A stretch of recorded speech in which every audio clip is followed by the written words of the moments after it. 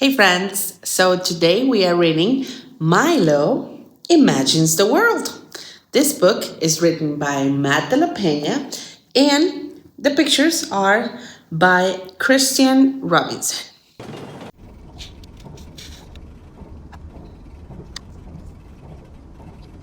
What begins as a slow, distant glow grows and grows into a tired train that clatters down the tracks. A cool rush of wind quiets into a screech of steel, and when the doors slide open, Milo slips aboard.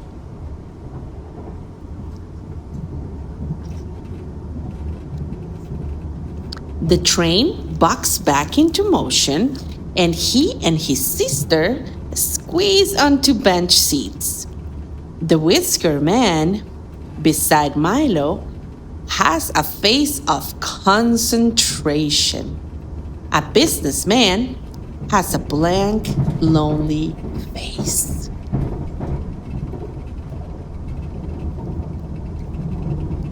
The wedding dress woman near the far door has a face made out of light, while the dog peeking out of her handbag has no face at all, just a long, lolling tongue.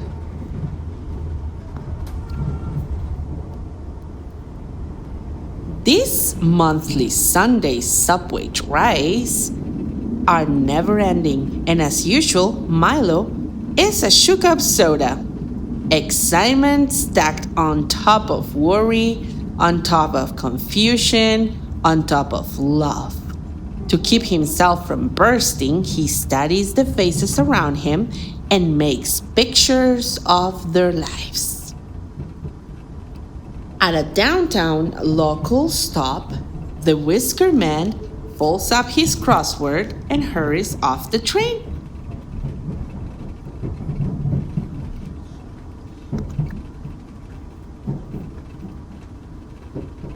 Milo imagines him trudging through brown mounds of slush. It's a 5-flight climb to his cluttered apartment, where he's greeted by mewling cats and burrowing rats. Parakeets tweet songs of longing as the man sips teddy soup, hunched over a game of solitaire. Late at night, the door to the parakeet cage mysteriously falls open, and the cats gather on the coal sill to watch the birds fly free above the city.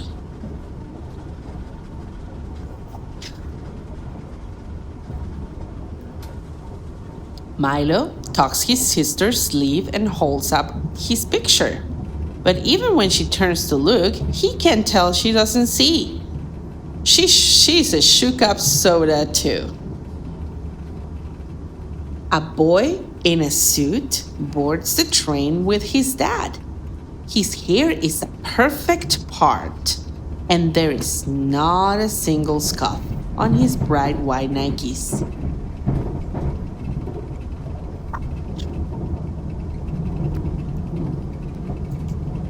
Milo imagines the clop, clop, clop of the horse-drawn carriage that will carry him to his castle. Imagines the clink, clink, clink of the guard slowly lowering the drawbridge. Across the human-made moat, the boy is met by a butler, 2 maids, and a gourmet chef offering cross-free sandwich squares.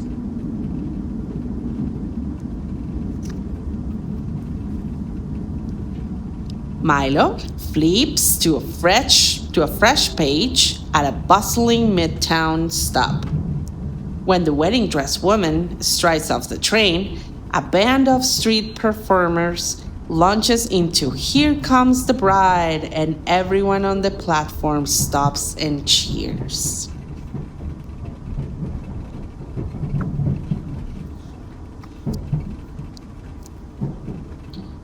Milo imagines the Grand Cathedral ceremony where the couple will be pronounced husband and wife. Imagines the groom whisking his new bride to an awaiting hot air balloon where the pilot loads them up in with blankets and blasts the heat. And up they go hand in hand beyond the concrete walls of the city into the infinite blue.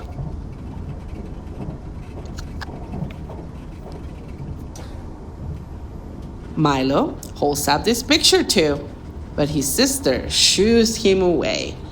Can't you see I'm playing my game? He watches her thumbs bang around her smudged screen, then turns back to the boy in the suit.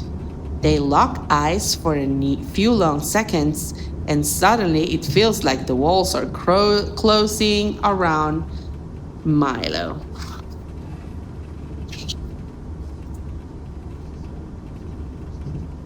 The spell is broken when a crew of breakers bounce onto the train, announcing, "You all ready for a show?" Several curious faces look up as the beat drops, and now the girls are walking up walls. They are whirling around poles, they are backflipping over shopping bags when the train pulls into the next stop. They collect a few dollars and scramble for another car. Milo imagines them going from the train to train doing their act as everyone watches. But even after performances are over, faces still follow their every move when they walk down the electronics aisle at the department store. When they cross into the fancy neighborhood, Milo doesn't really like this picture, so he puts away his iPads and turns to his reflection on the window.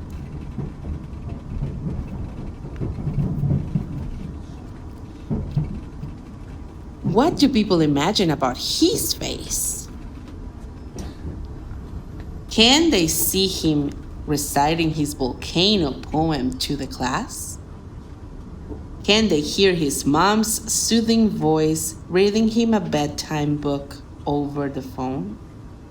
Can they smell the chile colorado bubbling in a pot in his auntie's apartment near the cemetery?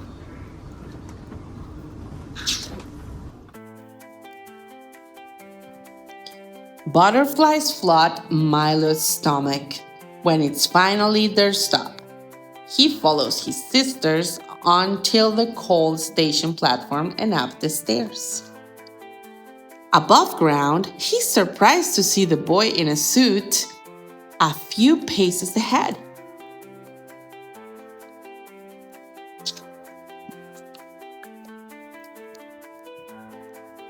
He's even more surprised when the boy joins the long line to pass through the metal detector. Milo's sister suddenly bends to give him a hug. "I didn't mean to snap at you," she says. She takes his hand, adding, "You have your picture ready?" He nods, feeling the warmth of her fingers. As they slowly shuffle forward, Milo studies the boy in the suit, his dad rubbing his thin shoulders, and a thought occurs to him. Maybe you can't really know anyone just by looking at their face.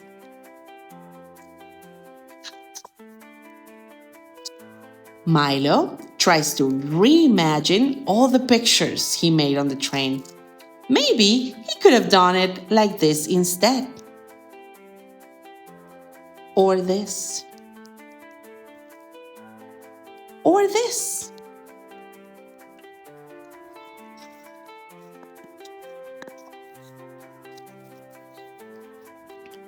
Milo's chest fills with excitement when he spots his mom through the crowd. His sister rushes to give her a hug before pulling Milo into. And it's in this tight tangle of familiar arms that he feels most alive.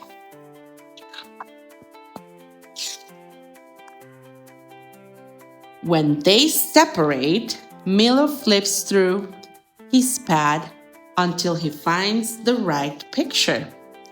I made this for you, he says, holding it up, and he watches for the smile he hopes will spread across his mom's face.